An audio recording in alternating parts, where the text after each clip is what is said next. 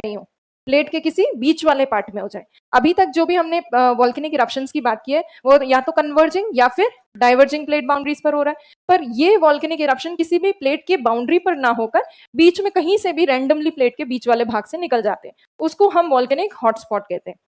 Volcanic hotspot ज्वालामुखी तप्तस्थल एकाकी रूप से पाए जाने वाले ज्वालामुखी है, मतलब इंडिविजुअली जो वॉल्केनोस पाए जाते हैं वो है। वरना आप देखोगे ज्यादातर वॉल्केनोस किसी ना किसी बेल्ट का पार्ट है, जैसे कोई पैसिफिक ओशन वाली बेल्ट का पार्ट है, कोई मिड अटलांटिक बेल्ट का पार्ट है, हर एक वॉल्केनो किसी बेल्ट का पार्ट होता है। वॉल्केनिक हॉटस्पॉट्स किसी बेल्ट का पार्ट नहीं होते, वो अकेले होते हैं, इंडिविजुअल होते हैं। क्लियर है? तो ये तो हुआ बेसिक इंट्रोडक्शन, अब इसको मैं समझाऊंगी। अब ये वॉल्केनिक हॉटस्पॉट्स का कॉन्सेप्ट दिया किसने? ये दिया है टूजो विल्सन ने, टूजो विल्सन नाम के एक साइंटिस्ट ने।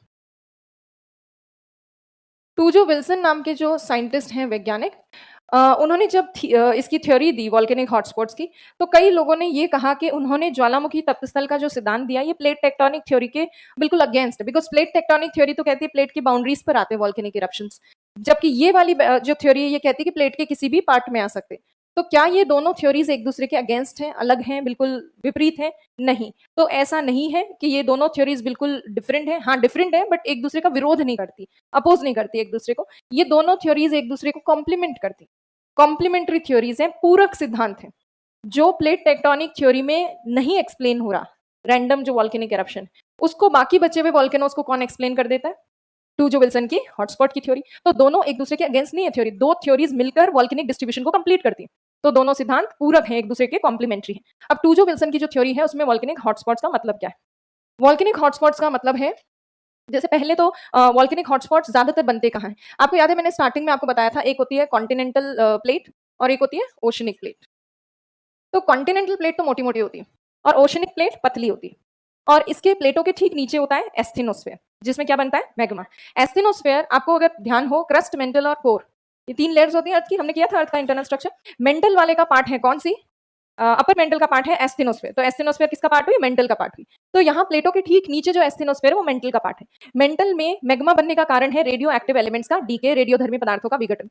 कुछ ऐसे स्थान है मेंटल के अंदर, कुछ ऐसी प्लेसेस है मेंटल के अंदर जहां पे ज्यादा रेडियो एक्टिव एलिमेंट्स होते हैं, रेडियोधर्मी पदार्थ ज्यादा होते हैं, और उन पर्टिकुलर प्लेसेस पे ज्यादा रेडियो एक्टिव एलिमेंट्स होने की वजह से डीके ज्यादा होता है, विघटन ज्यादा होता है, और ज्यादा डीके होगा तो ज्यादा हीट रिलीज होगी, ज्यादा हीट बनेगी तो वहां मैग्मा ज्यादा बनेगा।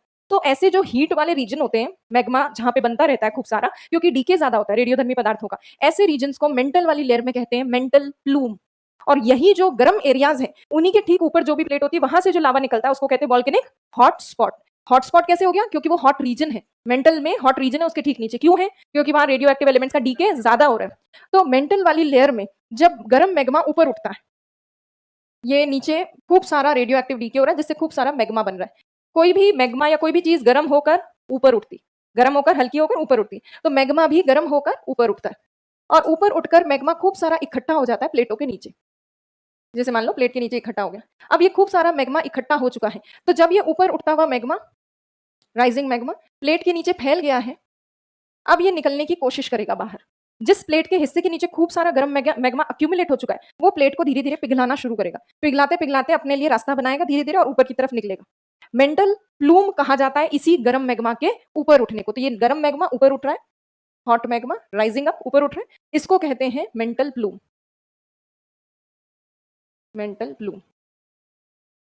अर्थ में जहां जहां मेंटल प्लूम है उसके ठीक ऊपर जो ओशनिक प्लेट्स होती हैं, महासागरीय प्लेट, वहां पे लावा इजीली निकलता है।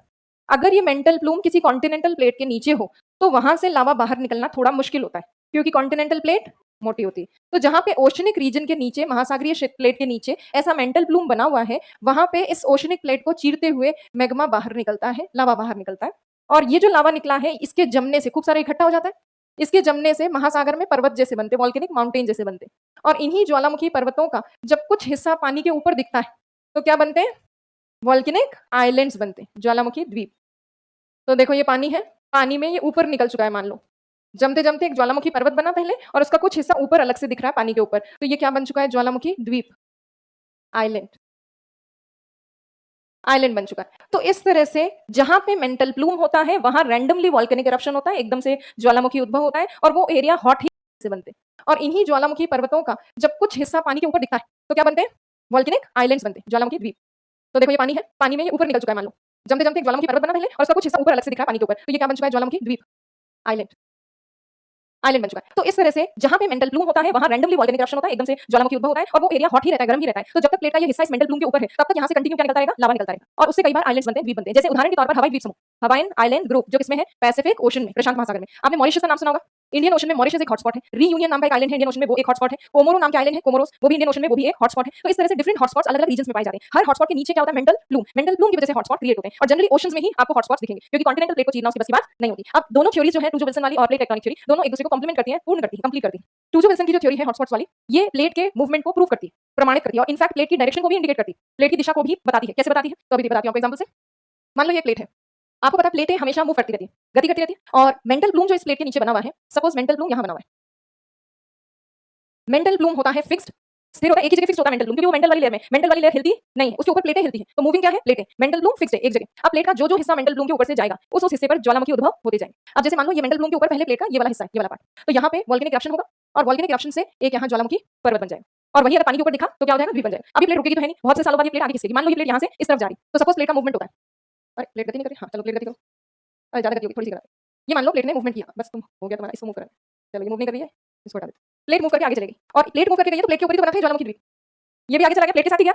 ये तो वॉल्केनिक माउंटेन था, प्लेट के ऊपर फिक्स था, प्लेट गई तो वो भी आगे खिसक गया। अब मेंटल प्लूम प्लेट के किसी और एरिया के ऊपर आ गया, अब प्लेट के इस पार्ट पे वॉल्केनिक इरप्शन होगा और उससे एक वॉल्केनिक माउंटेन बन जाएगा। अब जो मेंटल प्लूम के ऊपर माउंटेन है या वॉल्केनिक इरप्शन हो रहा है वो एक्टिव है, सक्रिय है, और वो वाला क्या हो चुका है? सुषुप्त, डोर्मेंट हो चुका है। अब कुछ समय बाद प्लेट और आगे जाएगी, प्लेट थोड़ा और आगे गई तो प्लेट के साथ साथ ये भी आगे गया, ये भी तो प्लेट के ऊपर था, ये भी आगे गया। अब मेंटल प्लूम किसी और रीजन में वॉल्केनिक इरप्शन करेगा।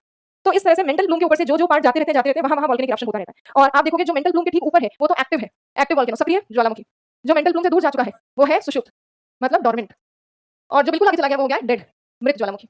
तो आपको इससे प्लेट की मूवमेंट की डायरेक्शन समझ में आती है। जिस दिशा में आपको डेड वॉल्केनोस दिख रहे हैं, मृत ज्वालामुखी, उस दिशा में प्लेट की गति हो रही है, प्लेट का मूवमेंट हो रहा है। हवाइन आइलैंड ग्रुप जो है वो एक वॉल्केनिक हॉटस्पॉट का एग्जांपल है। इसका मतलब वॉल्केनिक हॉटस्पॉट को हम एक तरह से आइलैंड मेकिंग फैक्ट्री कह सकते हैं। द्वीप पे द्वीप बनते जाते हवाइन आइलैंड जो है उसमें नंबर ऑफ आइलैंड्स धीरे-धीरे इंक्रीज हो रहे हैं, क्योंकि एक आइलैंड बना फिर वो हट गया मेंटल प्लूम के ऊपर से दूसरा बन जाएगा, फिर तीसरा बन जाएगा। तो हवाइन आइलैंड्स में साइंटिस्ट ने ऑलरेडी अभी जो पानी के अंदर डूबा हुआ माउंटेन है जो धीरे-धीरे ऊपर निकलेगा, उसका आइलैंड का पहले नाम रख दिया। वो आया भी नहीं है बाहर पानी के, उससे पहले नाम रख दिया, क्योंकि उनको पता है साइंटिस्ट को कि लगभग कई सालों तक प्लेट का ये पार्ट मेंटल प्लूम के ऊपर रहेगा और ये एक समय बाद यहाँ पे आइलैंड बनेगा और बाद में फिर कुछ सालों बाद नया आइलैंड बनेगा। तो इस तरह से प्लेट के मूवमेंट होता जाता है, आइलैंड्स बनते जाते हैं, द्वीप बनते जाते हैं। क्लियर है मेंटल प्लूम का कॉन्सेप्ट? तो इसका हॉटस्पॉट का कॉन्सेप्ट, तो हॉटस्पॉट का कॉन्सेप्ट से आपको प्लेट का मूवमेंट और प्लेट की मूवमेंट की डायरेक्शन पता चलती है, प्लेट के गति की दिशा की जानकारी मिलती है। क्लियर है? अब आपको जो डायग्राम बनाना है, यार ये वाला डायग्राम बना लो, ये वाला भी बना दूंगी आपको, इस वाले को बनाओ, बनाओ।